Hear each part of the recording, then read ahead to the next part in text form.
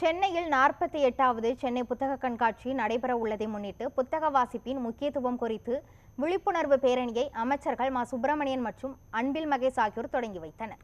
தென்னிந்திய புத்தக விற்பனையாளர் மற்றும் பதிப்பாளர்கள் சங்கம் சார்பில் 48வது சென்னை புத்தக கண்காட்சி டிசம்பர் 27ஆம் தேதி தொடங்கி ஜனவரி 12ஆம் தேதி வரை சென்னை நந்தனம் YMCA மைதானத்தில் நடைபெற உள்ளது. புத்தக வாசிப்பின் முக்கியத்துவம் குறித்த விழிப்புணர்வை ஏற்படுத்தும் வகையில் 500க்கும் மேற்பட்ட மாணவர்கள் பேரணியில் பங்கேற்றனர்.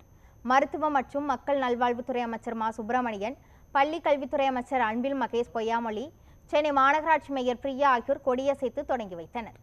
வாசிப்பை நேசிப்போம் என்ற தலைப்பில் நடத்தப்பட்ட இந்த பேரணி புத்தகங்களை படிப்பது ஒருவரை நெறிப்படுத்தும் என்பதற்கான விழிப்புணர்வை சமூகத்திற்கு எடுத்து செல்லும் என அமைச்சர் மா. சுப்பிரமணியன் தெரிவித்தார்.